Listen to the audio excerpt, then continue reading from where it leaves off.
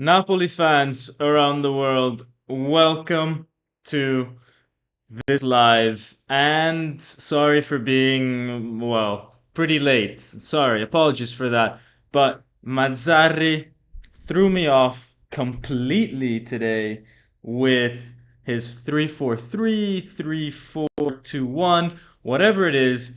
He threw me off, he threw Vincenzo Italiano off, and I had to redo a bunch of different graphics. I had to think about my analysis a bit more. And so that's why we're a little bit late. And then I was so shocked at Alessio Zerbin turning into prime Lionel Messi slash Cristiano Ronaldo combined. Man, that's how good Zerbin's 10 minutes on the field was. That guy hit his head and it unlocked this hidden talent that he had, man. He went from just an average player to man of the match today. It's incredible, man. And we should have players, maybe hit their head a bit more. Yeah. So that's my analysis of this Napoli Fiorentina is how can we get more Napoli players this season to hit their head? I'm kidding, guys. But guys, Zerbin is incredible, man. Is incredible. Well, not him, but like it's incredible the story about Zerbin. Zerbin ate some forbidden food in Arabia and it turned him into prime Baggio, man. Oh my god, dude, those guys. I mean, if there's one place in the world to, put a performance for your career, it's got to be there. Like, I can assure you, Al Nassr or Al Hilal or whatever is looking at that game, being like, "Oh my God, this guy, like we gotta pay him 100 million. Who is this kid? How come I never heard of him? There you go, 100 million for Zerbin, and then this guy's settled for life, great salary. So yeah, Zerbin must have been showing things like this in training, which is probably why he gets subbed in lots of games over Lindstrom, who cost 30 million. 100%. And um, Mazzarri said this. He said, Zerbin and Spalletti said it, that Zerbin is always a very, very good professional in training, trains super hard. When Kvara got taken off in one of the games under Garcia, and people were furious about it, Garcia said, "Well, I wanted to reward players that were training well, that were showing me good things in training, and not just stick to players that maybe performed good last season." And then everybody criticized them, saying, "Well, how can you do this? How can you possibly think that Napoli is a charity that we just give minutes to random people?" But it's now a third manager, Mazzarri, who also says the same thing and wants to reward him. So I'm sure that as V1 Viero says, I'll call you Viero, as Viero says, this is probably something that he shows in training. And I think also Di Lorenzo mentioned it once that in training, he's quite good.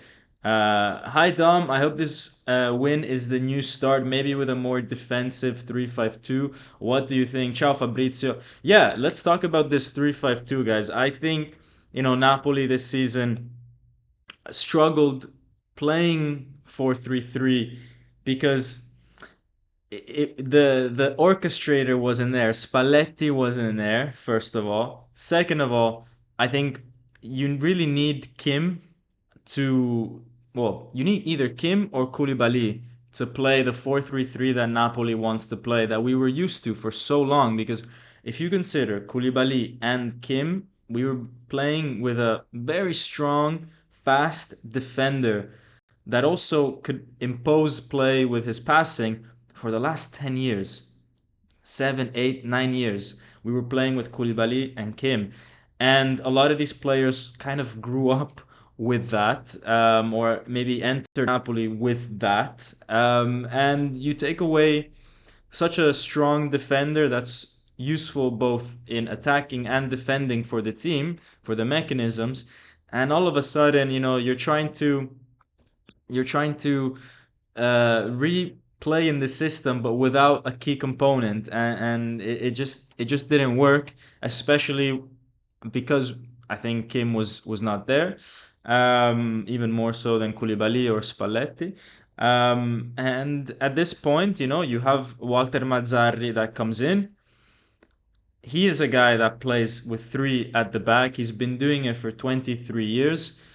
We have to make sure that we maximize what we have at our disposal. And what we have at our disposal is a group of players that actually a lot of them have played with three at the back, because a lot of them come from other Serie A clubs that did play three at the back, and the coach that has played 20 years with three at the back. So he knows what he's doing, as opposed to him having just a 1 year learning experience, watching Napoli on TV and trying to figure out what a 4-3-3 is. So I think it's fair and normal to have the coach play the formation that he thinks he's best at, and maybe this is a transition towards Conte, because if De Laurentiis has put that in his sights, then we might as well see how this team plays under this formation,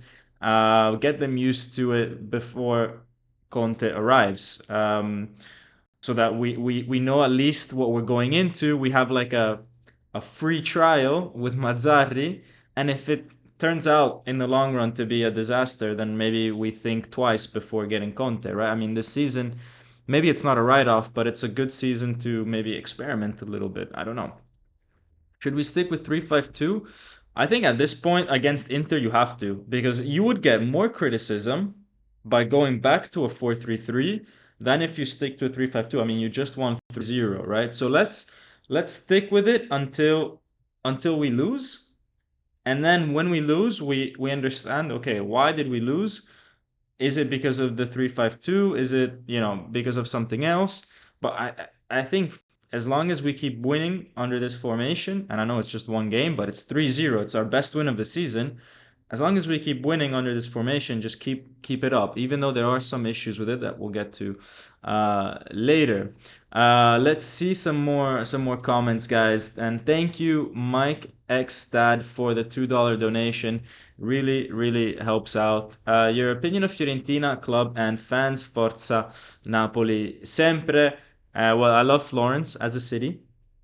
Fiorentina, my opinion of the club in terms of how the club is, well, there's many aspects to a club. I like their president. I like Commisso. He's come in, Italo-American, wants to, get this historic club to a higher level. We want to see that from more clubs around Italy. We want Italian teams to do well. Got them to a final of the Conference League, so he's running that quite well.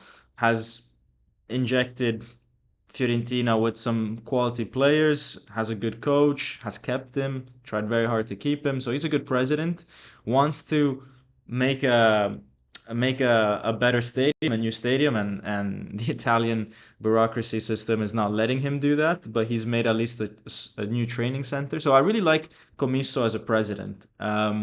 As a club, Fiorentina, I don't like their fans at times, because we go there and they've caused problems with us, with our fans, with our players, with Spalletti. So there is a little bit of I wouldn't say we're super rivals, but there is a little bit of we don't maybe like each other very much. Um, but we have a very common enemy, which is Juventus. I mean, they probably hate Juventus more than we do, which is super funny.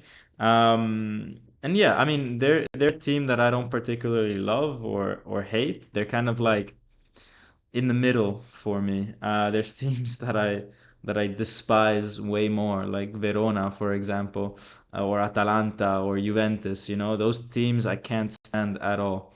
But Fiorentina, I mean, it's quite nice to actually play against Fiorentina, because it represents a big club, but we're not we're not rivals, so you get to play against a big club, but you're not rivals, so it's quite nice actually the mix. Anyways, I think I went on a little bit too much on that, but Mike is a top guy, so I will do that for him. Zerbin is Napoli's greatest ever player, 100%. You know, I am actually um, super annoyed at something, which is that behind me I have the shirt number 22 of the captain Di Lorenzo, and I am just one digit away from 23, which is Zerbin. Had I known that Zerbin was Napoli's greatest ever player, I would have just, I would have just done something about it. Maybe we can do something about it. Maybe I can turn that into a three, and I can like rearrange some of these letters. I could probably spell out Zerbin with Di Lorenzo because we got the Z, we got the E, we got the R. I don't have the B, but I would have then the I and the N. But the B, I can probably make it with the D and then put a little thing in the middle and rearrange some of those letters. I'm kidding. I'm never gonna do that. But it's crazy how close I was with the shirt to getting the best player ever behind me. Cholito needs to start until Osimhen returns. I think especially with the 3-5-2. I think especially with 3-5-2 or this 3-4-3 or whatever you want to call it, with this three at the back, because in this formation, it really emphasizes the qualities of Simeone and players that are a bit more physical, for example, players that maybe want to run into the space a bit more. I think actually Osimhen would benefit a lot from this formation as well. I think Osimhen could potentially be better here than in the 4-3-3, in my opinion. Um, I think it could be a very interesting thing to do when he returns as well. And the only problem that I see with the three at the back formation is that I think it really penalizes Politano and Kvara. I think they're the type of players that are obviously the ones most at risk in this formation because it's a bit more direct. It skips them a little bit more. Um, so yeah, let's see how that goes. But I have hopes, man, because Spalletti, because Mazzarri understands this formation, and he might be able to extract the best out of them. If he was able to extract the best out of Juan Jesus and Zerbin, then why can't he do that with Kvara and Politano? Even though it's hard in that formation. But thank you, by the way, for the 13.99 Canadian dollars. Thank you very much. Juan Jesus is the goat. Yes, what a pass! What a pass! And thank you so much, Payman Dadgar, for the 4.99. Mike Payman and Vincenzo, man, always top guys, top guys. Great second half, though I prefer possession of 4-3-3. I think most players did well, but Loban Kayusta disappointed. Thoughts? Yeah, it goes into my player ratings. Let's just go straight into the player ratings because you guys want to know about, how this formation affects the players, and this is honestly my take on it. So I think it really emphasizes the solidity at the back, and I think it's great for the striker at the front. But then, kind of everywhere else, it's not so good. I liked Mazzocchi. Mazzocchi's used to playing in this type of formation. I think more than Mario Rui, I see Oliveira doing well here at a five. I think when Oliveira is the type of guy that maybe is going to do better here. Mario Rui is a bit more of a forward the back kind of player. But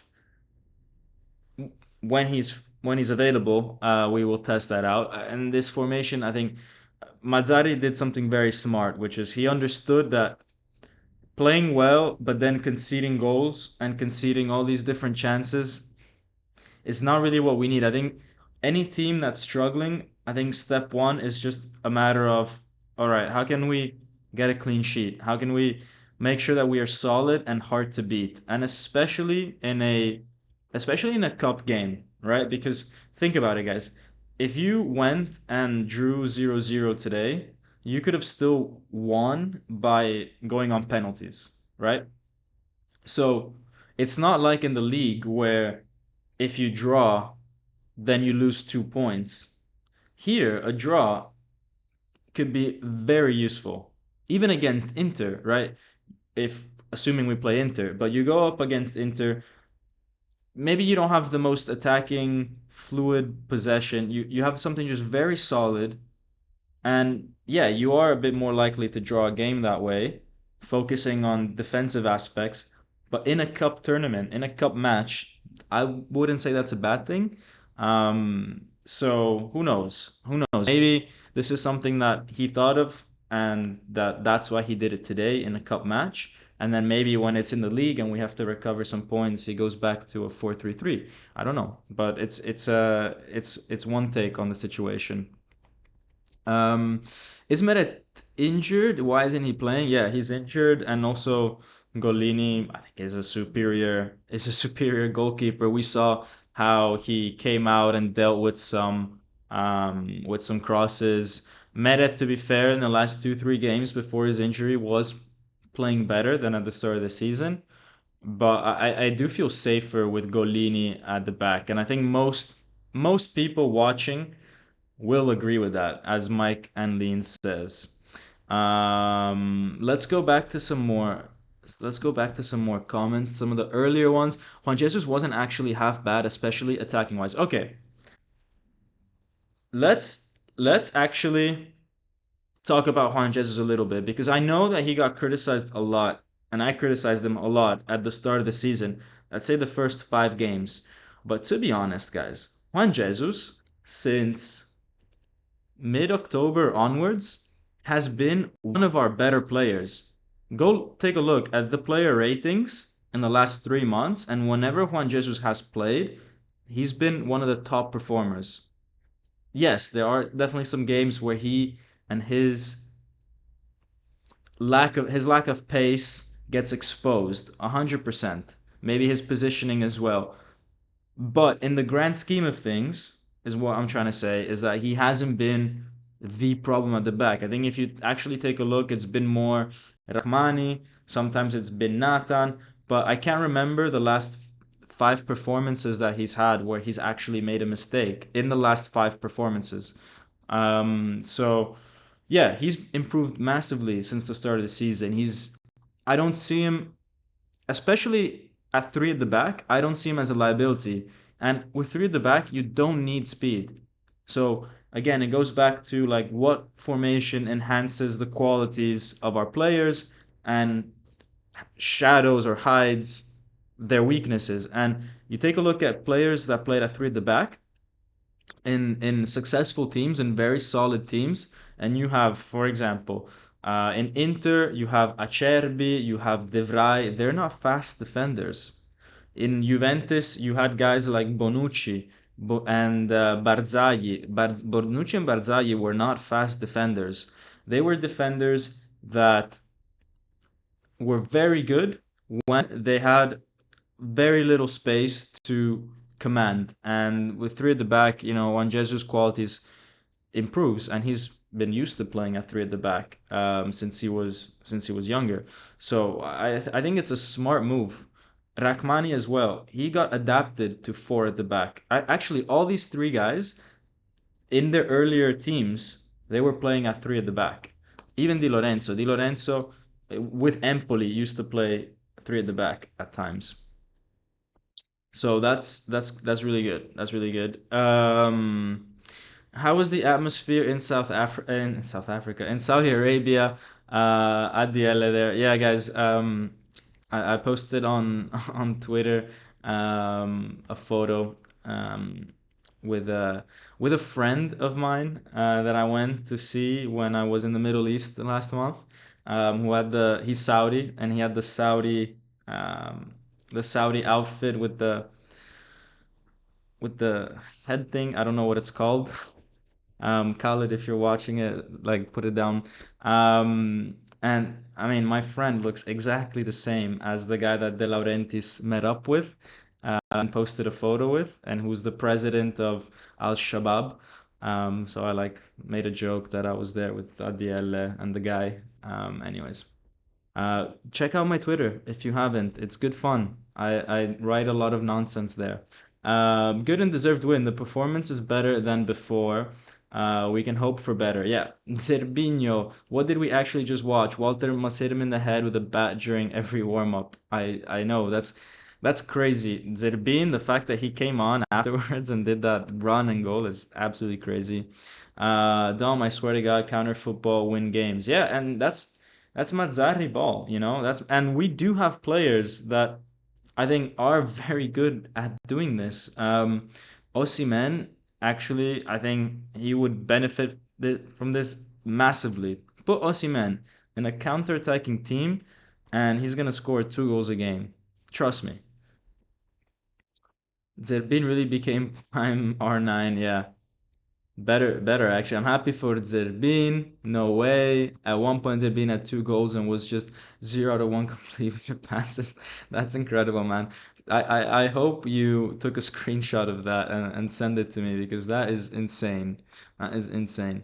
Thoughts about Engonge and Traore? Yeah. Engonge and Traore, man. I think these are players that are ballers, you know, and we need technical players because Elmas left, Zielinski is leaving, so I think they come in and they fill that gap in terms of okay, we need people that really know how to play with the ball that like are actually very good at that, and they fit that kind of thing. Um, with Traore, it's on loan, so how much playing time is he actually gonna get? Just a matter of like if you don't invest in something, if you don't really put in the money for the player, how much are you actually gonna try to make things work? As opposed, you know, obviously if in training he's a beast, okay, play him. But are you really gonna like bother giving a player that hasn't played much in recent months like minutes to get used to things, and then yeah, by the time he's maybe starting to show something, like he's done, you know, goes back to some other club. I don't know. I know that Napoli have an option to buy him, so maybe that could be an incentive. But it just seems like he's there for very extreme cases of players missing, which, I mean, that's the situation we do find ourselves in now. Um, it's an interesting one because he can play in many positions. I see him as a very clear, I guess, replacement for Elmas almost because Traore has played as one of the internal midfielders before. He has played on the left wing. So he's got that dual midfield slash winger role that Elmas used to take. He can also play down the middle as a number 10. So I see that as okay, let's see if Traore can be the new Elmas kind of thing. He did show really good things at Sassuolo, but guys, he's come back. He's just had malaria. He's not played much at Bournemouth. So let's see what he can bring. I'm not putting a lot of expectations on it. I hope it works out, but I'm just a bit more cautious. The other guy, Engonge, or however you pronounce it, he's a baller. He's a beast. I think we're gonna have a lot of fun with him, and clearly, you know, Napoli has a bit more is a bit more sure about him because as opposed to being on loan, we've gone out and actually paid 20 million to Verona, and it was a very quick transfer. It's not the type that took ages. One day we heard the name, 2 days later signed him. So Napoli very, very committed to this player. It's not something that we see very often, these very quick transfers by Napoli. I understand that a lot goes in the back, but for this not to have been leaked means that I think it was still like a very quick one. It almost reminds me of the Kvara transfer, where no one knew anything, and then one day, oh yeah, Napoli are about to sign Kvara. 2 days later, okay, he signed. Cool, awesome. And we all know how that turned out, right? So then again, you could say the same about Lindstrom. So maybe I'm just connecting dots that shouldn't be connected. So, but yeah, I like Engonge. He's Verona's only good player basically. So yeah, if only we had Chucky. Ah, yeah, Chucky in this system could actually cook. Dom, what do you think now about having nine attackers for three positions? We show no strategy. I think that's kind of the problem with having a transition year where it a strategy the way I view a strategy is something that is kind of a long-term play. It's something that has to play out in the next, let's say, 2 seasons. Okay, because football is not super long-term, it's not a company strategy, it's a football team strategy. So let's say the long-term horizon is 2 years. It's very unrealistic, I think, to sell a lot of your players who have just won a Scudetto, buy completely new ones, and commit so massively on them without giving them 6 months or 1 year of overlap. Because this, especially since you don't really have a sporting director, I don't think Meluso is the guy. You don't really have the coach already. If we had, for example, Conte on the bench, and we knew he's going to be our coach in 2 years' time, or that's the projection, then you can say, okay, let's be a bit more committed. But because you don't know who the coach is going to be, who the sporting director is going to be, of course you're going to have to play a bit more of a hybrid you're going to have a bit of a more hybrid team where, okay, you're starting from a group of players that plays the 4-3-3 that have a certain profile. We might maybe go into playing with three at the back with guys like Conte or whatever. Okay, let's transition and let's see which guys from the 4-3-3 might work. If the guys that we thought could integrate well into the existing group of players could work, and then you maybe make the more definite jump this summer. So you take these 6 months to just try things out. Like, does Zerbin work in a 3-4-3? Well, had we sold him or sent him out last week, we would have never known. Now we have the chance to evaluate Zerbin in a 3-4-3. Maybe this guy in this system is actually a very good player, like, jokes apart, because when he was at Frosinone and he got Frosinone from Serie B to Serie A, or it got them to the playoffs. Well, he was doing really well. I mean, he was actually supposed to be Insigne's replacement. He was supposed to be fighting with Kvara, and then Kvara turned out to be an absolute legend. But I think the plan with Giuntoli, when Giuntoli was there, was that we would get Kvara, we get Zerbin out of Frosinone because he was on loan there, and then they kind of compete for Insigne's spot because Zerbin was doing really well at Frosinone in Serie B. And so we were willing to give this guy a chance. And then Kvara showed what he showed last season, right? But maybe so he's not a bad player. I think Napoli, even under Giuntoli, even under Spalletti, saw something in him. And so I think it's normal to do this bit of transition.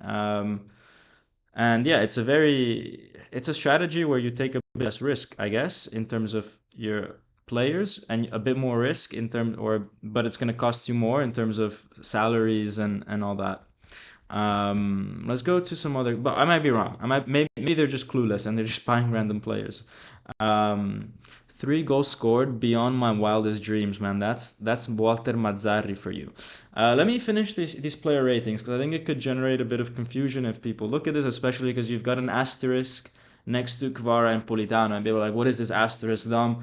You've been doing this for 3 years. You've never put an asterisk. What are you doing? What are you on about?" And the way the way I want to justify not such a good rating for Cara and Politano is with the asterisk, is that, guys, this is actually not their fault. It's not like they played bad. It's not like they messed up decisions. It's not like they uh, had bad passing, bad shooting. Actually, Politano had a nice shot in the first half. The reason why it's 5.5 is just because they were not so involved in the game and they didn't really impact the game. If you really think back on this game, you don't really have anything to say on their performance. But it's not their fault. It's just that the system didn't put them in the condition to I think, do well. And that's something that we have to consider. Like, are we sacrificing too much Kvara and Politano? Maybe, but maybe this is something that we need to do whilst we have these defenders. Um, because with these defenders, you have to play a bit more solid at the back. Otherwise, yeah, Kvara and Politano might score one goal, and then this defense concedes two, and you lose. And ultimately, it's a team sport. So, but I actually think that uh, with this formation, once they get used to it as well, and the team gets used to it, then I think we've got room for improvement. And who knows, maybe they do well. Um, I like the offer we gave to Conte with the option to give him a sporting director of his choice. I have not heard of this offer, but it would be very, very interesting. Would be very interesting. Conte or Mourinho? 100% Conte. 100% Conte. So yeah, Mourinho, I just don't like it. He's too much of a, I don't know, too much of a showman, too much of this. Conte, he does have that element, but I think he's a better coach. I just think he's a better coach. Especially with average players. I think Mourinho Mourinho possibly has a higher ceiling than Conte. Like Mourinho could win you a Champions League and has won Champions Leagues if you give him elite players. Whereas Conte, when he had Juve, that was an elite team and he didn't win. So I do think Mourinho has a higher ceiling when you give both of them elite players because Mourinho, I think, is a better also motivator. Um, but when you give someone more average players, I know Conte demands a lot. He demands a lot of investment, but when you give him average players, I think he does bring the best out of average players more than Mourinho. And I think back of what he did with, for example, the Italy job, where he got us to the quarterfinal of the Euros with a very average team. Um, I'm a bit disappointed in how little Mourinho was able to impact Roma. So yeah, let's see some more recent comments. Hey Dom, missed the match due to work. Seems 3-4-3 is working, and that's nice because we need something fresh away from Spalletti. Obviously, Spalletti foundation is good, but needed Mazzarri style. I think this whole team needed a bit of a reset. Maybe we mentioned other times like, are these players losing motivation? Should we have gone and you know sold half the team, get new guys in? That's one approach. Maybe another approach is to give them something new, like a new challenge in the sense like, okay, you guys won with a 4-3-3. Prove to me that you can do it under a 3-4-3. Prove to me that you can win it under a new formation. That would be interesting. Like, can the same group of players do well under two different formations? Maybe that's a challenge that motivates them. I don't know. Um, I really don't know. And sometimes, but we needed something, I think, to cut the cord from Spalletti. I think that's fair to say. Because, yeah, on the one hand, it'd be nice if someone can replicate him exactly, but realistically, that's never gonna happen. So you might as well do something else, instead of like a bad knockoff version. All right, all right, all right. Let's take a look at, I think, the slideshow. The how Napoli played, some of the key moments. I think there's a lot of different things that we can draw insights on for today. So yeah, we played. So it says 3-4-3 in the earlier thing with the formation, but I think this picture here just goes to show you that actually when teams play with three at the back, it's actually five. In the moment that the other team is attacking, then you drop your two wide players that are defensive players because it's Mairulu and Mazzocchi. You become five, and Napoli has this almost like Christmas tree then formation with Simeone, then four, and then five. This at times changed during the game where you have Cajuste and Lobotka even more close to Simeone, and it's a even more tight thing, and we'll see that in a later slide. But this is just the start of the game, and that's that. Now, I saw some interesting. So we scored 3 goals. So in the attack, things went well. But I saw some interesting movements that I hadn't seen before, and I don't know if this is due necessarily to the 3-4-3 new approach or what. But there was a lot of movements to try to get um, in behind Fiorentina and not play through them. And we'll see some examples here. And look at how Napoli sets up. So they basically leave the middle of the field completely because the problem is that Fiorentina love to put players at the center of the field. They love to control the middle, and that's something that they're very good at. So one approach I think that Napoli took was to say, okay, Fiorentina likes the ball in the middle of the field. Let's avoid ever putting it there because maybe also the fact that if we lose the ball there, then we have a problem. And also, to be honest, our strength is not really in the midfield with the players that we have at the moment because Zielinski is not there, Anguissa's not there, so we have a weak midfield to be honest. So look at how we just empty the middle, and we put guys like Cajuste near to Simeone, right? And we put Mazzocchi and Politano all the way up.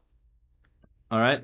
And because now Di Lorenzo is playing a three at the back, he's a bit further back. And look at how kind of it evolves and the opportunities that this gives. So Juan Jesus plays the ball to Rachmani, who plays then to Di Lorenzo. And as Juan Jesus is playing the ball to Rachmani, you now have Politano and Cajuste that from that super high position that is keeping Fiorentina kind of their players on that line.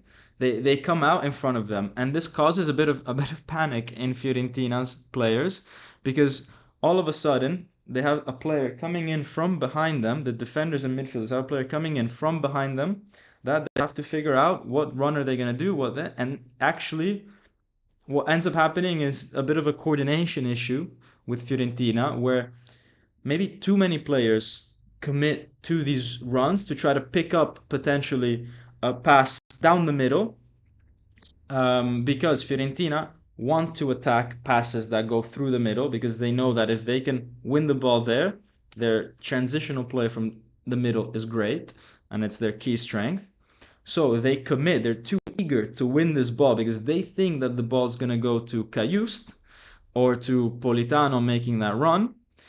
But instead, this opens up a gap in behind them and it opens up the Fiorentina defenders, right? It makes a huge space, and that's a space that Simeone can can exploit because it seems very obvious that Cajuste is going to get the ball or Politano is going to get the ball, but actually, in this case, Napoli goes long and tries to exploit that gap. And I think that's very interesting. And it's something that I think only works if you have the Napoli players start from well behind the Fiorentina defenders, but which means that they're further forward. So Cajuste starts a run from a position that you don't normally associate Cajuste in, which is next to Simeone. So this whole run thing was oh, someone is hearing static audio popping sound. Let me know if there's a problem with the audio, guys. Um, so that was very interesting. Then this is also another thing that we can do. If Di Lorenzo, who by the way is a good passer of the ball, can pass it to Politano, Politano first time can give it off to Simeone with which is something that you guys know that he likes to do, first time passes. So yeah. The build-up play seemed a lot better today. Don't know if that was because of the formation or not, but there were plenty of patterns of play today, unlike the last 10 games. Yeah. So yeah, this is one example. We'll see some other examples later. Um, this is another opportunity that we had with again Cajuste in a very attacking position. He loves to make good runs into the middle, but his touch let him down, and that's kind of unfortunate because he is this like very hard to read player, where he does something good, and then the next moment he does something really bad. He in the same like 5 seconds, it's always like this. It's always like, oh, what a great run by Cajuste, and his touch let him down, or oh, what a great tackle by Cajuste, and his pass let him down. Oh, what a great pass by Cajuste, and oh, then I don't know, like 2 minutes later, what a bad tackle, and he gets a yellow card. He's always just flipping forth between doing something good and bad, and he's just not consistent. And this is an example of like a very good midfielder, a more experienced, a more maybe technical midfielder here would have received the ball and be through on goal and score. But he's just not that guy, you know? And that's a limit that he has to work on. All right, good. The sound is working fine for most people. Everyone kind of just stopped chatting. Everyone's just like listening to the to the lesson now. This is the pass that Juan Jesus did for Simeone. Simeone timed his run beautifully. Juan Jesus, what a great pass. And yeah, as again, Juan Jesus, he's been playing well. Been playing well. Nothing to say against Juan Jesus in the last few games. He's been solid, very solid the last few games, and he's in a good state of form. And it makes sense to keep playing him, to be honest, in this state. So yeah, congrats to Simeone for scoring. We talked last time that he didn't maybe impress me too much. He didn't, take his chance, but in this game he did well. And credit to Mazzarri for believing in him and for understanding that in this game we needed a striker that was a classic striker, a striker that runs in behind players, runs in behind Fiorentina, because that's where you can really hurt them. Raspadori would not have been able to make this run. Raspadori would have maybe liked to receive the ball more at his feet. So yeah, and yeah, what a finish! Pure striker's finish. Love the celebration. That was super nice.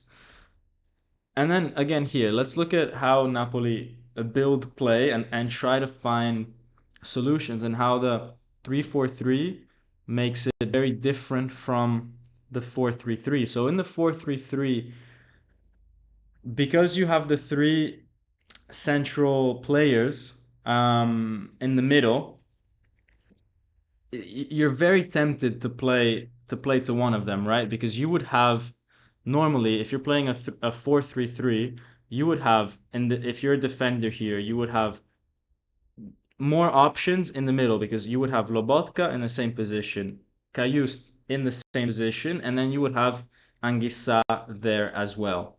No, in the middle, maybe in one of those.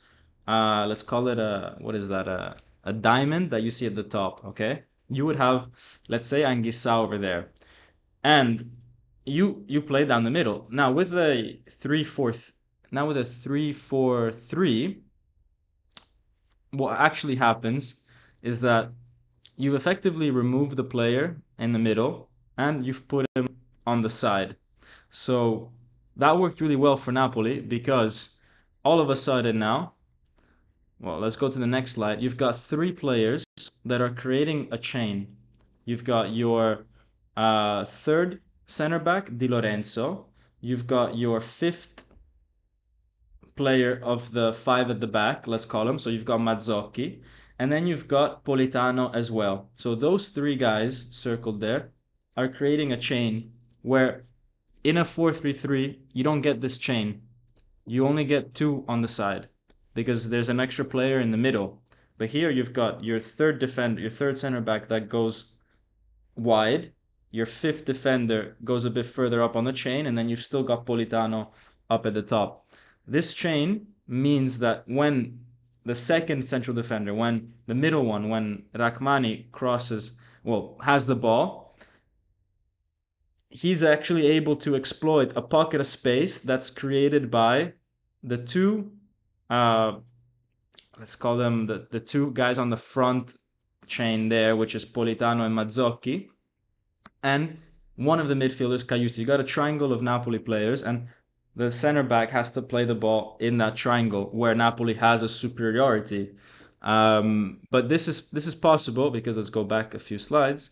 This is possible because you've got the Fiorentina players that are committed to Di Lorenzo, that are committed to Mazzocchi, that are committed to Lobotka and Caius there, that are trying to press them a bit more or cover them, and they leave what's behind them a little bit exposed. And if you didn't have if you didn't have, for example, Mazzocchi there, it would have been Politano in his position and some other guy more in the middle, and you would have to be playing a bit more down the middle. But because we're pushing more players to the side, then we can play with that chain and create that triangle between the two front guys and one of the midfielders in the middle. I don't know if that was a good explanation, guys. It's tough to kind of explain. I don't know if you followed me. I hope that was clear. I know it's just keep that in the back of your head. Watch the next Napoli game when we play, and you'll notice this combination here, this pocket of space where we have a numerical superiority because we have more players than usual on one of the sides. Okay, just remember this. Okay. All right, let's go to the next one. Yeah, this is Fiorentina's missed penalty, which is yeah, a big favorite, to be honest, for us. It was a very soft penalty to get. Not soft, I mean, it was a penalty, but it was just a stupid penalty to concede. Again, goes to show that Mario Rui did not have the best of games. Not really because of he was out of position, just did not. This was avoidable regardless of what formation we play. And then another thing about playing at five at the back is that finally we have now the ability to double up on whoever is crossing the ball whilst not compromising the second post. If you guys take a look at some of the goals that we've conceded historically playing with the 4-3-3, not just this year, but last year and 2 seasons ago, and also under previous coaches from the Sarri days, a problem that we've had is that we've always allowed so many crosses to come in undisturbed. And then, if that wasn't the case, if we maybe pressed a bit more the guy crossing the ball, we would be exposed on the back post. Playing with five, you have the ability to keep three center backs in the box, and the other two go and press the one that's crossing. So you get both. You get a bit more solidity, and that's really good. Another very interesting thing, I don't know if you guys noticed, but take a look at who's pressing. So obviously you've got Mazzocchi there, and it's not Di Lorenzo. It's not the center back on the right that's pressing, but it's often Rachmani. Why? Because actually Di Lorenzo is a better header of the ball than Rachmani, in my opinion, and probably Mazzarri thinks the same. So rather than have Mazzocchi and Di Lorenzo both press and keep Rachmani in the middle, whenever there was a situation like this, it was Rachmani that went for the press with Mazzocchi, and Di Lorenzo stayed back. Then, when Napoli has the ball, it's Rachmani in the center and Di Lorenzo a bit more as the right back, the more traditional right back. It's a position that he's more familiar to when he's playing with the ball. Um, and it allows Napoli to have a better player on the ball over there on the right. And on the right is really where we, I think, can link up quite well. Well, on the left as well. I mean, we can link better with the wide players having Di Lorenzo there. So that's why he's not center when we have the ball, but he goes in a more central position when we're defending. So that was interesting to see. And then again here we see the solidity of the 3-4-3, where we keep actually Politano and Kvara behind the two midfielders. So it's almost like the 3-4-3, the three front players at this point is Caius, Lobotka, and Simeone, as opposed to thinking, okay, the two players that have to be there are, because it would be wrong to put Politano and Kvara behind Simeone in this position, because then they would be too center and the midfielders would be too wide. Whereas the midfielders should really be tight. They should always be tight with each other and at most move forwards and backwards. But you don't want them to be wide and also maybe have to move forward and backwards and they get all out of shape. It's better to leave that to the wide players. So that was a good choice by Mazzarri, and then by playing five at the back, you have Rachmani in this case, that is able to, as the center defender, is able to step out if needed, if they want to play a ball centrally. But I mean, they're never going to play the ball centrally because you've got Lobotka and Cayus there that would intercept it. So it means that Fiorentina becomes very predictable at this point, right? Because here they only really have one option, and that is to go down the left. And I think this formation allows Napoli to make the other team's passing lines way more predictable because it forces them wider. So the ball goes wide. And at this point, when the ball is played, you can see Mazzocchi is already on it. He's on it, he's going to press. At this point, he has to lose the man that he's currently, let's say, keeping an eye on. And it's Politano that has to cover for him.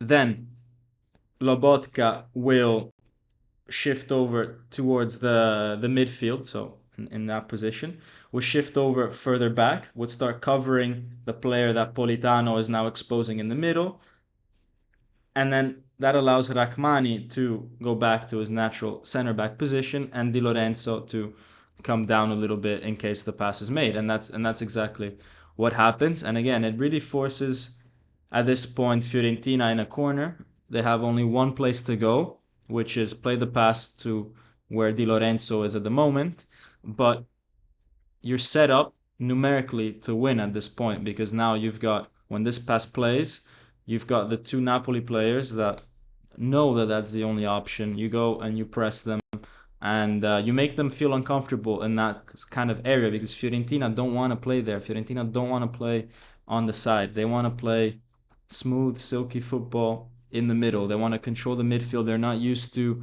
having to battle the ball, try to win the ball and keep it down the flanks. So that's I think a way that Mazzarri really won the game is push Fiorentina wide and also use the wide areas to your advantage and really like the ball in the middle of the field, just basically forget about it. Like don't play down the middle, don't allow Fiorentina to play there, and just push the game as wide as possible. And it worked. And then Zerbin came on and decided to be an absolute legend. What a run to get in behind his defender. Di Lorenzo flicks the ball on. He gets there. He dies. He literally dies for like 3 minutes. Okay. And yeah, at this point, I was like, man, he scored one goal and he dies right after. Like, that's crazy. Like, my guy deserved a little bit more. Um, and no, he didn't die. He survived.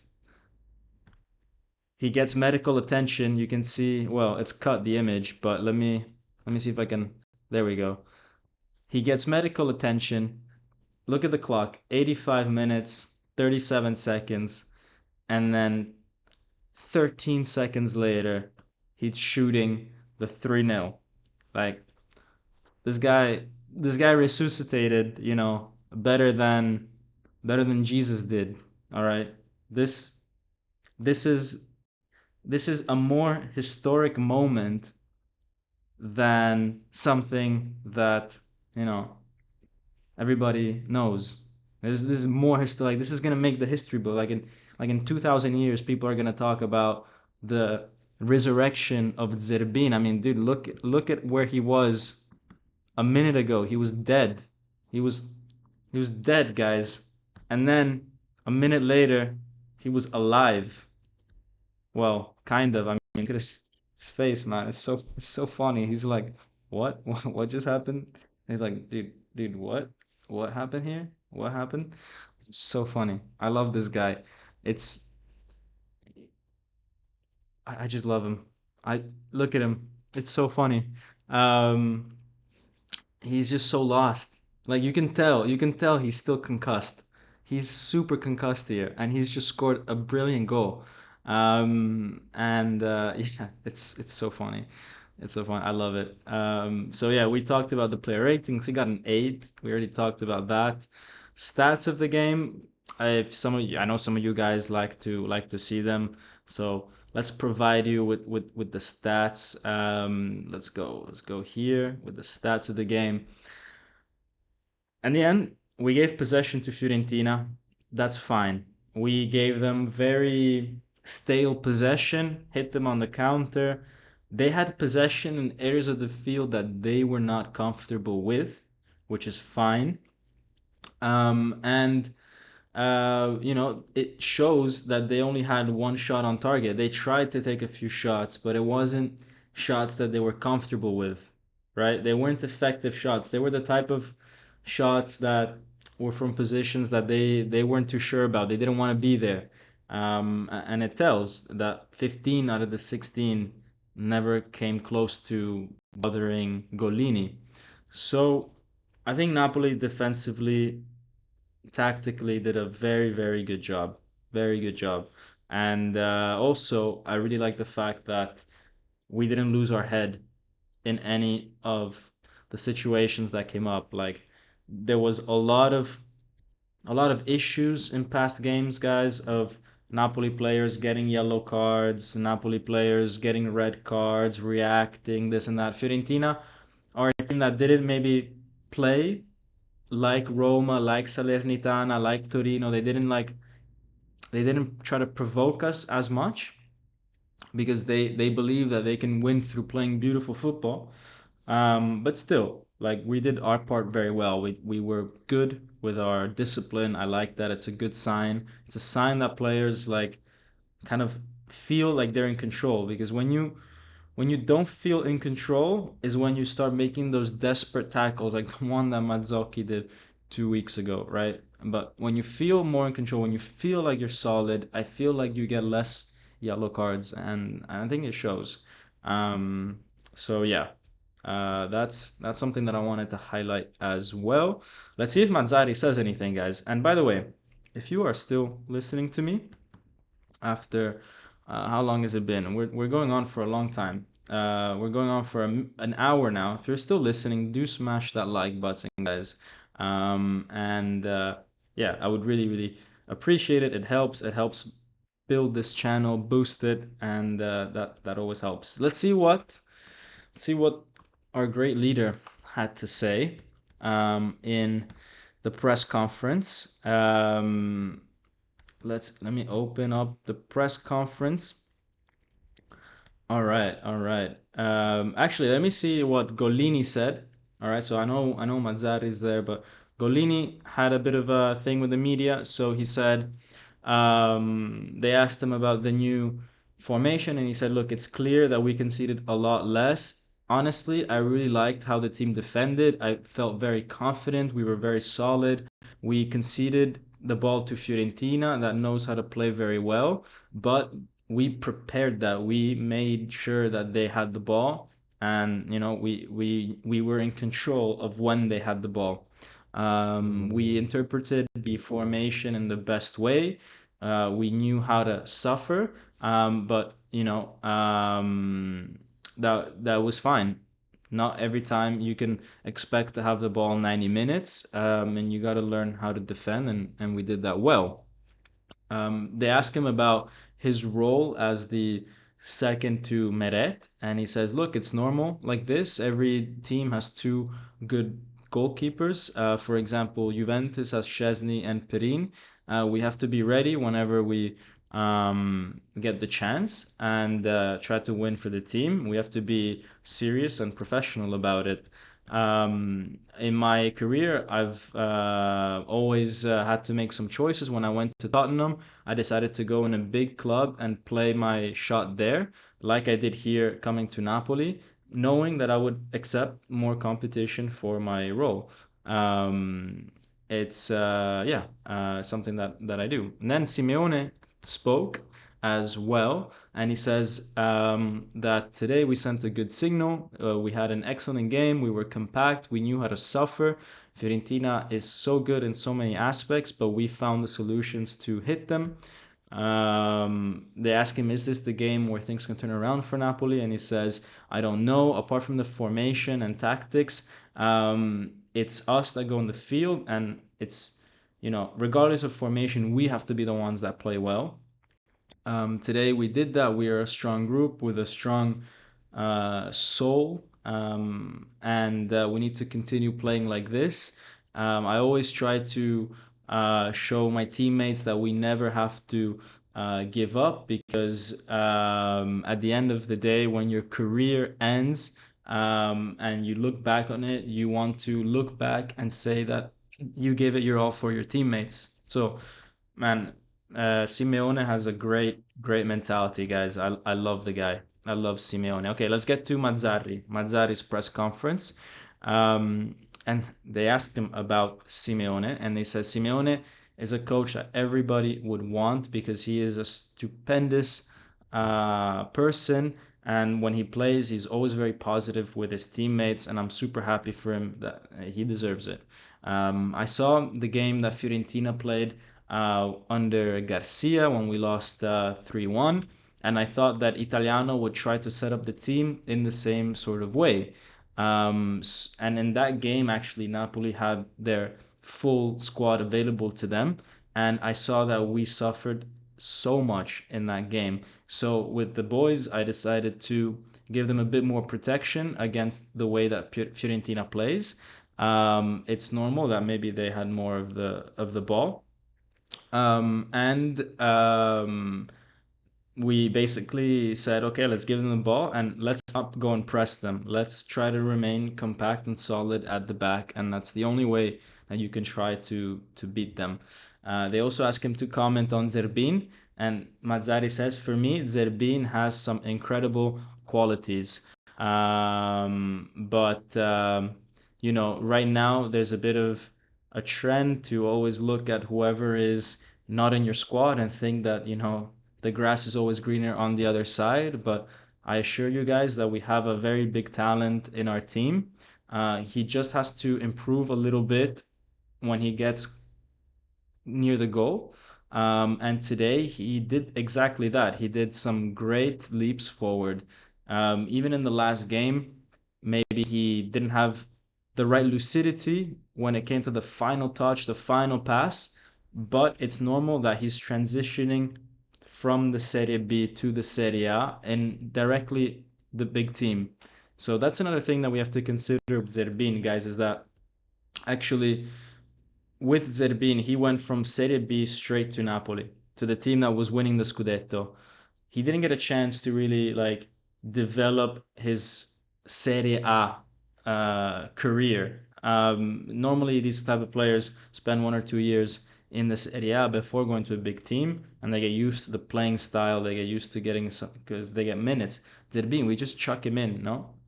So I guess it takes time for that type of player to then adapt, and that's what Mazzari is trying to say.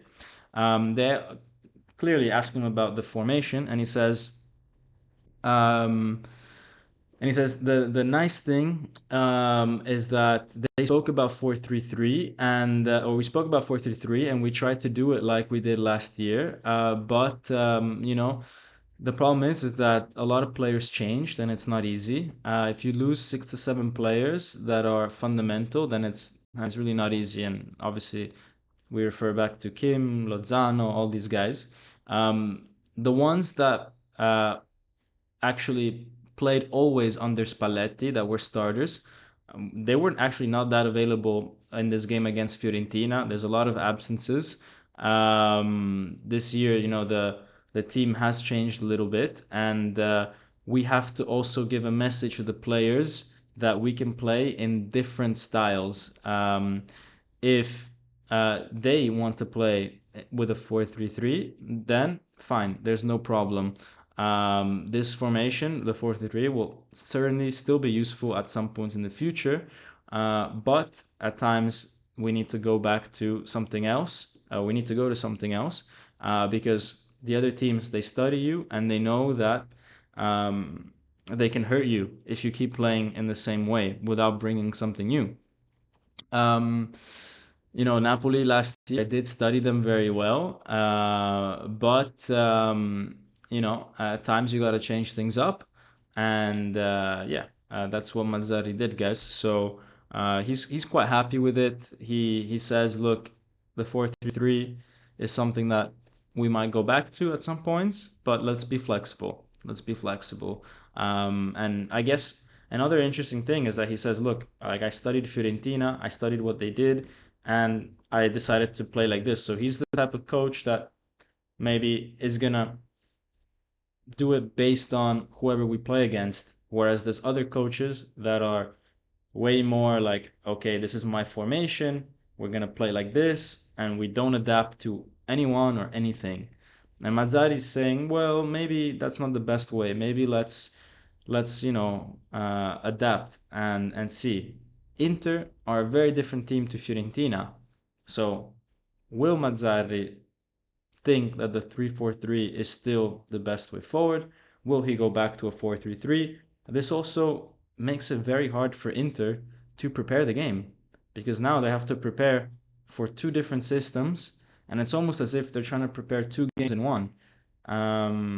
That's not easy, and I think it's a good thing that this team has found a little bit of flexibility. And honestly, like as much as this year is a bit of a year where we kind of throw it out of the window because yeah, the results are not really coming in and we're not happy with the league position. It can be a year where we realize actually some strengths, or we realize that maybe not that we have these strengths, but we realize that there are still some strengths to go and acquire or go and build, right? So last year, great team, but maybe not a very flexible team. And we did struggle in some games. Like, for example, against Milan, how many times did we struggle against Milan playing 4-3-3? A lot, all the time, all the time. And we did not have the humility, the humbleness, maybe the awareness to try to change things up with the formation. Um, Whereas now, it's different. By the way, I still have that comment at the top about the sound is better. That's cool. I should have changed it long ago. Simeone is better than Raspadori. Yeah, I like Simeone more. Different players, but I like him more. But yeah, so I thought formation didn't matter, but rather how well the players adapt to play. It's a bit of both, right? I mean, every formation has mechanisms, no? Um, and they can matter. For example, we saw, right, that when you have, for example, let's go back to this passage of play here, that you find this pocket of space there. You can only find that pocket of space when you have three players on the side. Whoops. When you have three players on the side, and you can only have that when you play with three at the back. You push one of the center backs out. Your fifth defender goes a bit more forward, and then you have your front player. Also, one of your three front players also there. You have three there that link up with the midfielder, and you allow that thing to happen. So there are mechanisms that are formation dependent or are easier to find with certain formations. But clearly, the most important thing is like, what are you going to do with that formation? Are you going to play 3-4-3 and press Fiorentina? Are you going to play 3-4-3 and wait? When are you going to press them? When are you going to wait? And clearly, like, which players are you going to put there? Because that also has a big impact. So it's a mix. I think definitely it starts. See, but the thing is, people think that it starts with the formation and then, okay, you decide that formation sets how you're going to play. I think it's the opposite. I think even if you hear Mazzarri, he said, I saw that we struggled a lot against Fiorentina before, so I knew that we couldn't go out and press them as much. So he first decided on a style of play that we're not going to press Fiorentina. Then he said, okay, what players do I have available and what's their qualities? And with that, he was like, okay, well, I don't really have Kim, I don't have Koulibaly, I don't have these people, so maybe I need to cover in defense a little bit more. I also don't have a complete set of midfielders available to me, so maybe it's better to play with a few more, let's say, defenders and get rid of a midfielder instead of playing um, instead of playing um with the 4-3-3. Because in the end, with the 3-4-3, you only have two midfielders. You only have Kayust and Lobotka. You're missing the third one. Um, so I think it goes with like, okay, how do we want to play? Then what players do we have? What's their strengths? What's their weaknesses? And then the formation comes third. Then once you have that formation, you're like, okay, how can I exploit this formation? With like which mechanisms in this formation are gonna fit that style of play that we want to do and the players that we have. So it's like the third step, if that makes sense. It's not like you have a team and you're like, right, we're gonna do 3-4-3, and then you try to figure it out. I think it's the third step. So yeah, I think playing 3-5-2 with Simeone and Osimhen up front is not bad.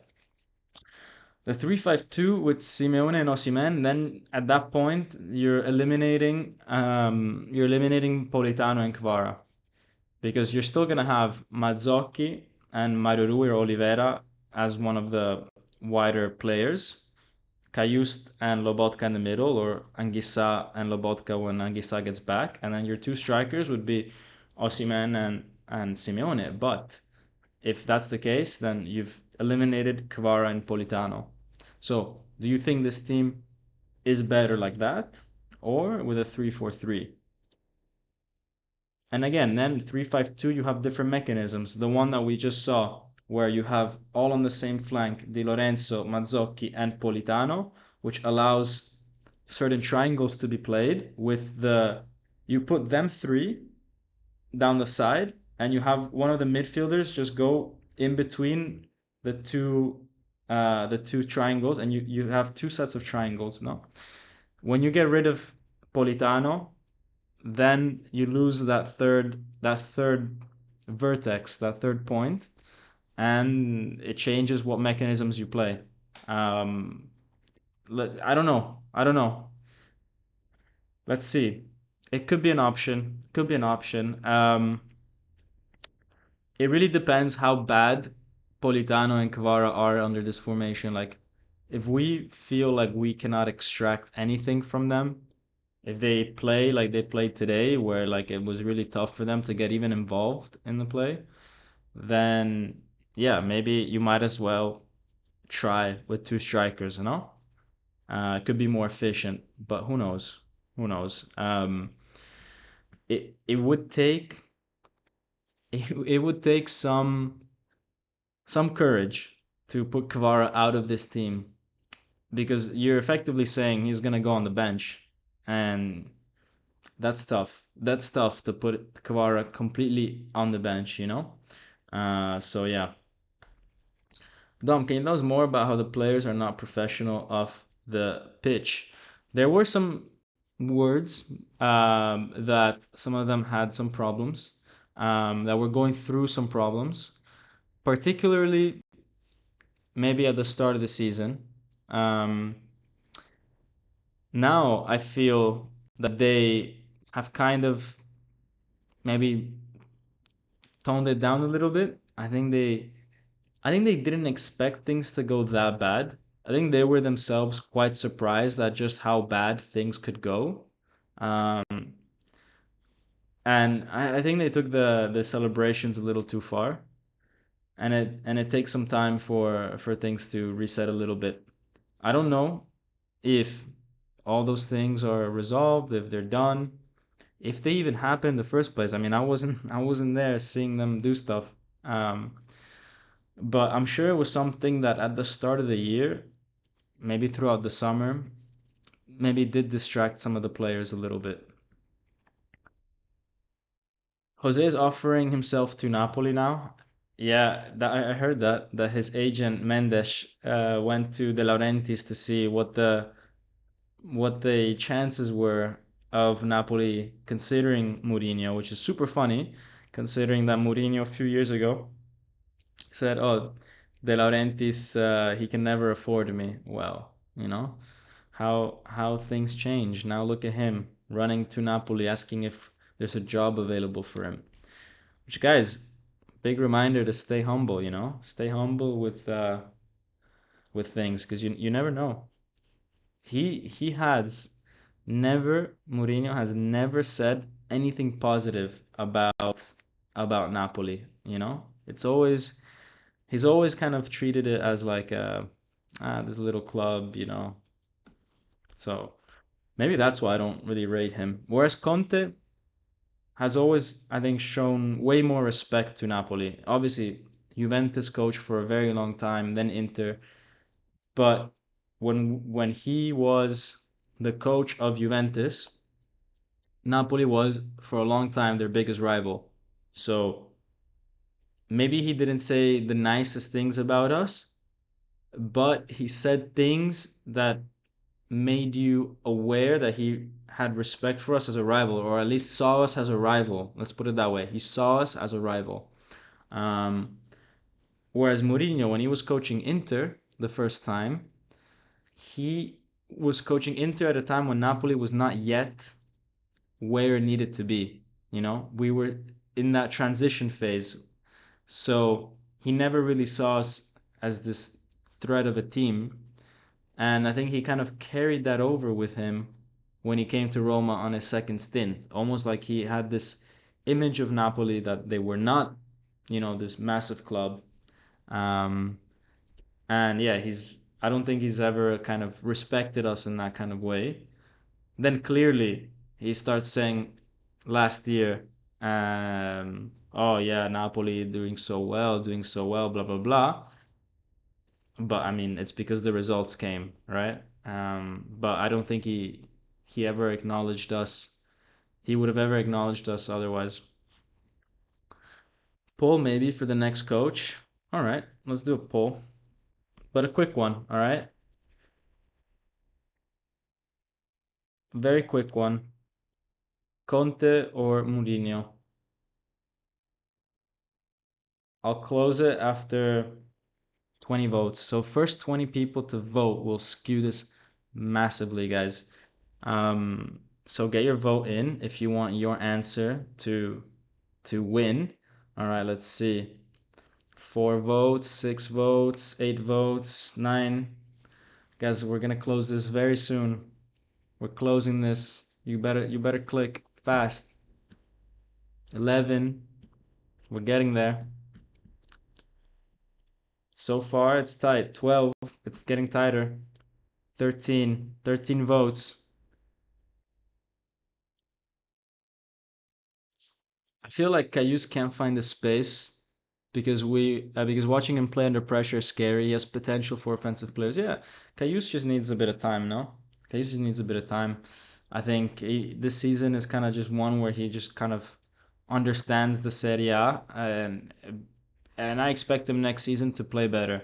But if he doesn't next season, then I think he's one of those where we have to just like get rid of him. All right, and Paul. Let's see.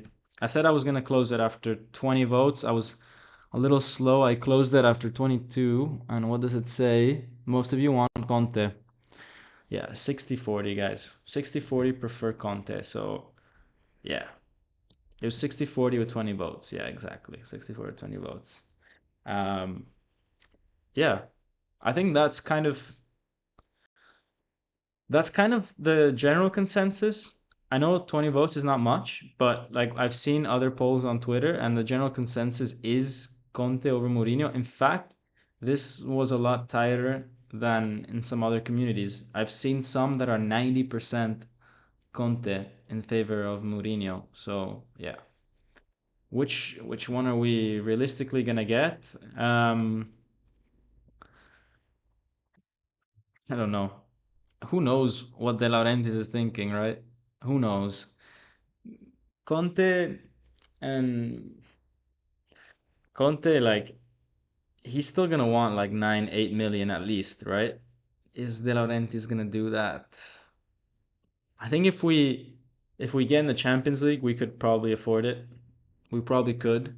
Um, but if we don't get in the Champions League, then we're gonna have to go for like a Palladino or something, right? So it totally depends. When we say we're realistic, like it depends on where we finish, right? Also because where we finish will depend what kind of players we can attract. Like how can we attract a good player that Conte wants if we're gonna be playing in the Europa League or Conference League? Like no one's gonna want to come, right?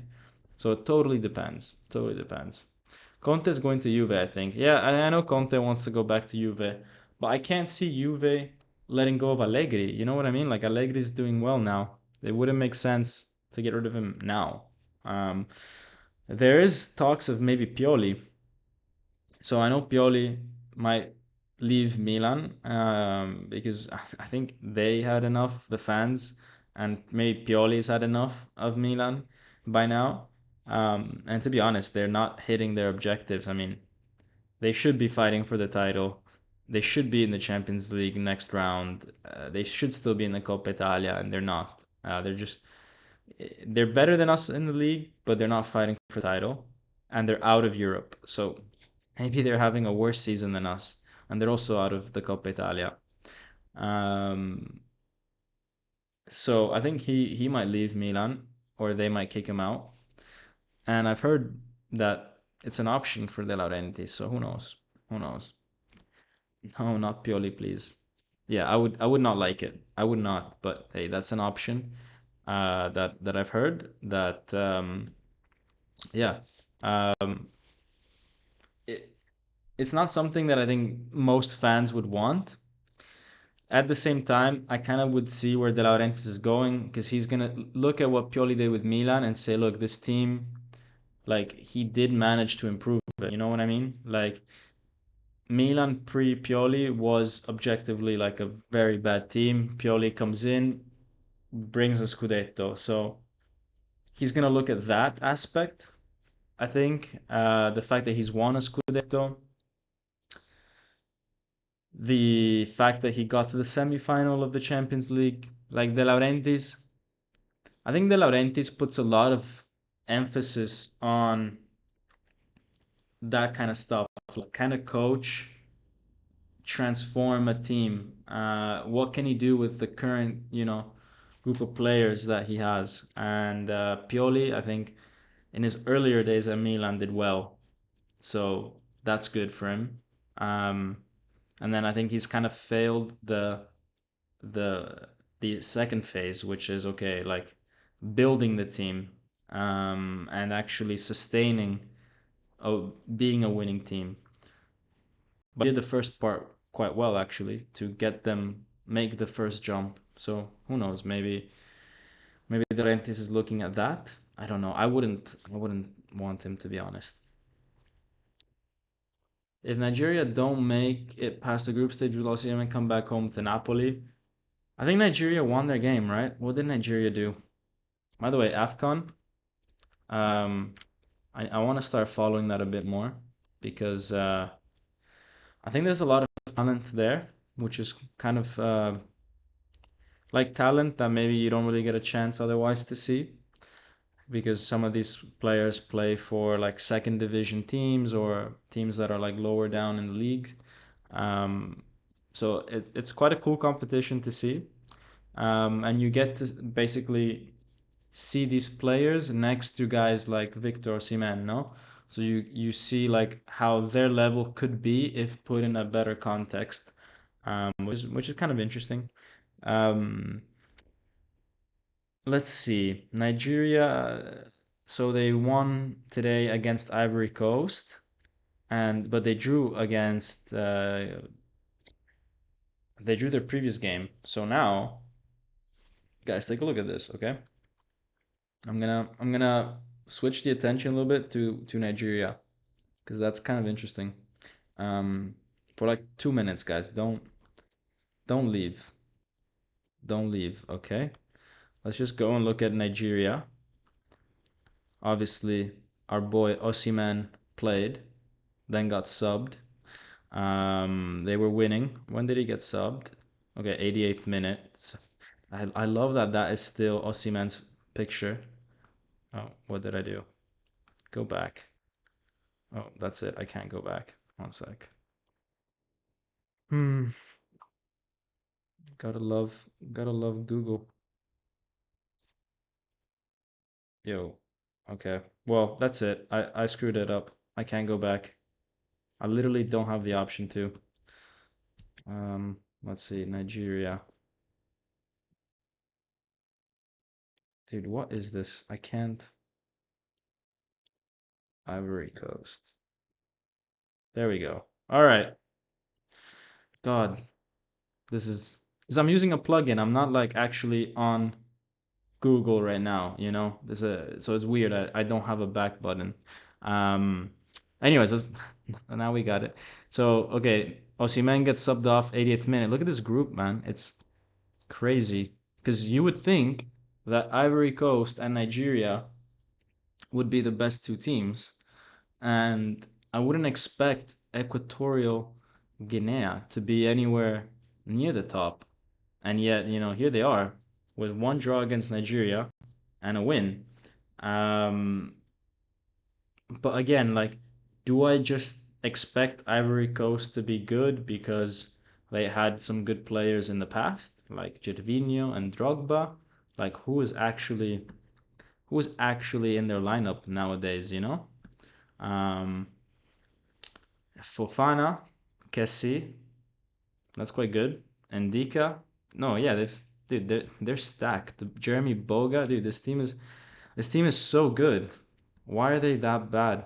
Why could they not win their first game? What in the what? How did that happen? Okay. Anyways, or how did no? They won their first game. How? Well, I guess no. Okay, I guess it makes sense. They won their first game and then they lost this one. Okay, my brain is completely fried. It's past midnight, guys. And this one's a tough game because two big teams. Okay, it makes sense. But the thing is like they got to beat Equatorial Guinea, who drew against Nigeria. But I saw the highlights and I saw that it was like completely one-sided. Like, yeah, completely like seven shots on target against one, 19 to seven total shots. It was very one-sided, and Osimhen missed a big chance. But who did this team have? Who's on this team? I literally don't know anyone here. And this guy, Orozco Fernandez, no way he's on this team. Who is this guy?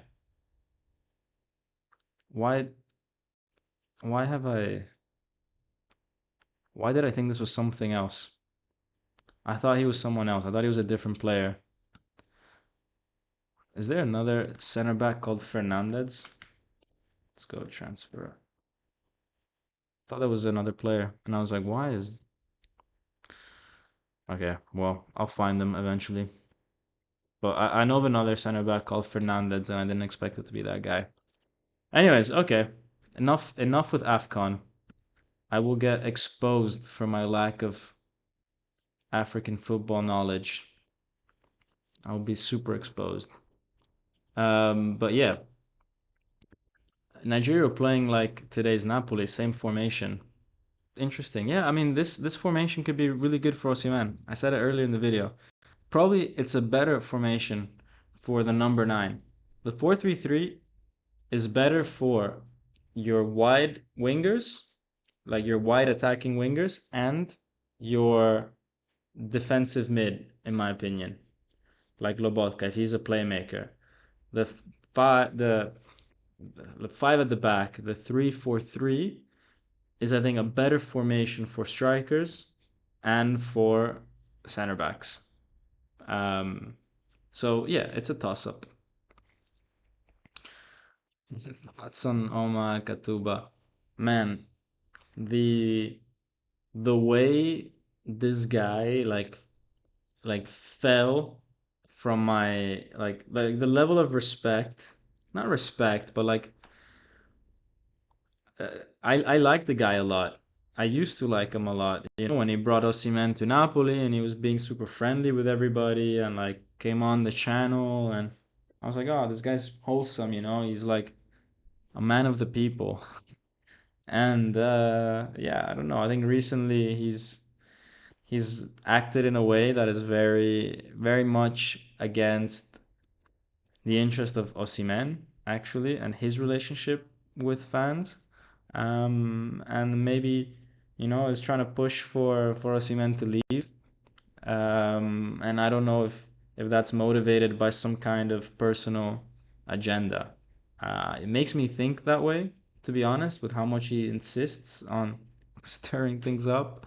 Um, but I don't know. I don't know. So let's just say I'm not gonna have him on the channel anytime soon, like I did 2 years ago. But that was still a very cool chat. Very cool chat with him. Go watch the video if you haven't. You get to see kind of well what what we thought of Osimhen of 2 years ago before he won the title. Before he was this complete striker. Do we still have the same scouting and recruiting team? Yes and no. I mean, Giuntoli is not necessarily a scout or a recruiter, but he knows players, right? Like, so I'm sure if he signals a player, it's like, oh, I've watched this game, like, we should go for him or we should have a lookout for him.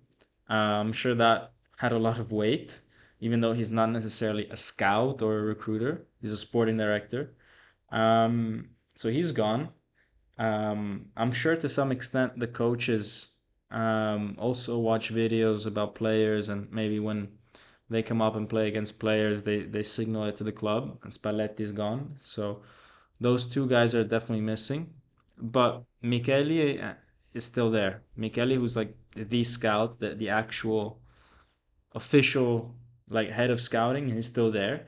And then obviously Napoli has like a network of scouts. No, I mean they send guys to watch games all over at different levels of football, all over the world. So yeah, it's hard to know like who's on the books. Like if you're just like some guy working as a Napoli scout in South America, like you're probably not a very public figure. So yeah, hard to tell. Anyways, but yeah, the leader of the scouting team is there, Michele. Off topic, Atleti just knocked out Real. Interesting. Atleti are a good team, eh? Inter are gonna have a really tough time against Atletico. Very tough in the Champions League. Guys.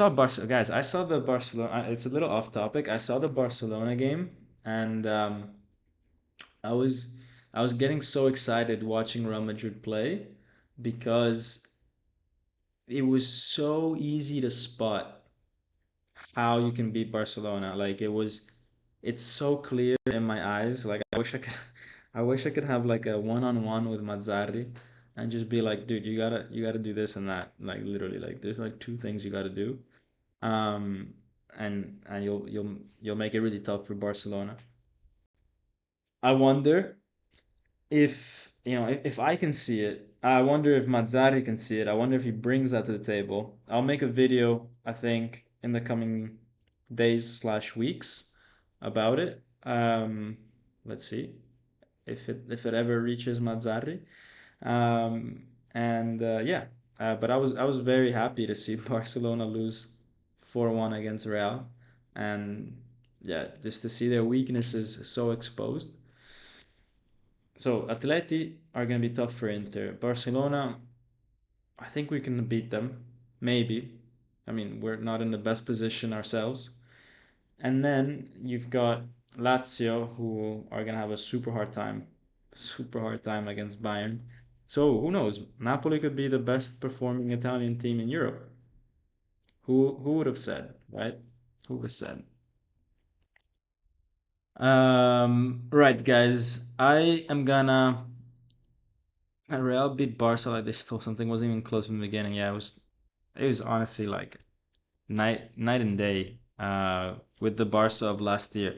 But even last year, so last year I went to the Camp Nou for the Copa del Rey semi-final return leg, and Real Madrid beat Barcelona 4-0, and I was there. I witnessed it.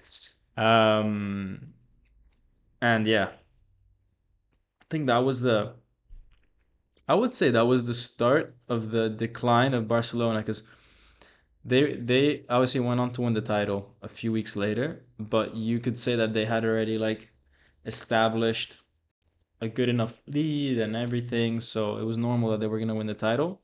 But I think when they lost that game, that 4-0, like it's as if the players kind of lost a bit of a sense of um, I don't know. I think they lost confidence. Very similar to how it happened with us, right? With when we lost 4-0 to Milan. It was the same week actually. It was around March. And those score lines, guys, like they have an impact on the psyche of the players. They realize that they're very vulnerable, and a lot of doubt starts to creep in. So yeah, Barcelona since that day has not been the same team. Has not been the same. I definitely feel better about Napoli's chances versus Barca. Yeah. Yeah, me too. I think it's still 50-50, obviously. But I don't know. I don't know. I still like we we probably have a better chance than Inter, to be honest. Because Atleti, I think they're a good team, man. I think they're a really good team. Um, So yeah, I would say 55 Atleti, 45 Inter, and for us it's 50-50. Thoughts on Omar Soler seems like a new signing. I've not heard. I've not heard to be honest. So I don't know.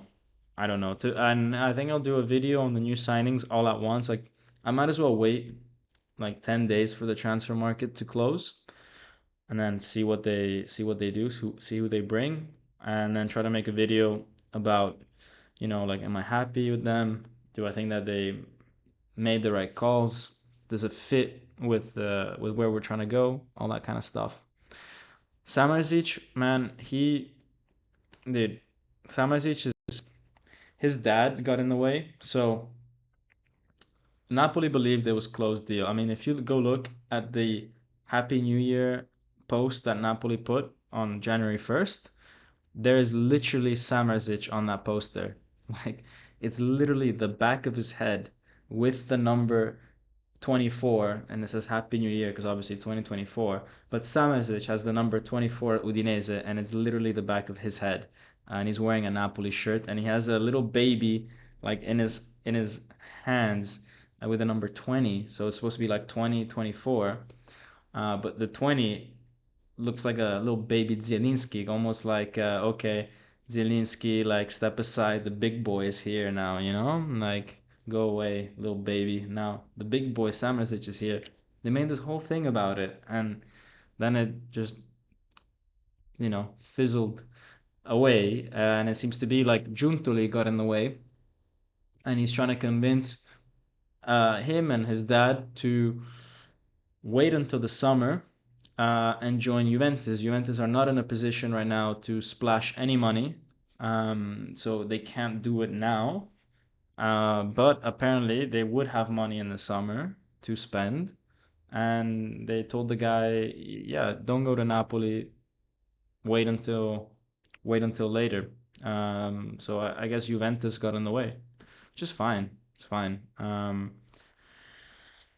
Like he's a good player, but he seems to be like a player that's gonna cause you trouble. He caused now Inter and Napoli trouble when we try to sign him with stuff like this, with stuff like commission. So he doesn't seem like a guy you can really trust. And he's the type of guy that's gonna cause you trouble when you try to sell him, or he's gonna try to force a move and all that. And um, yeah, it's a red flag. It's better to just avoid it.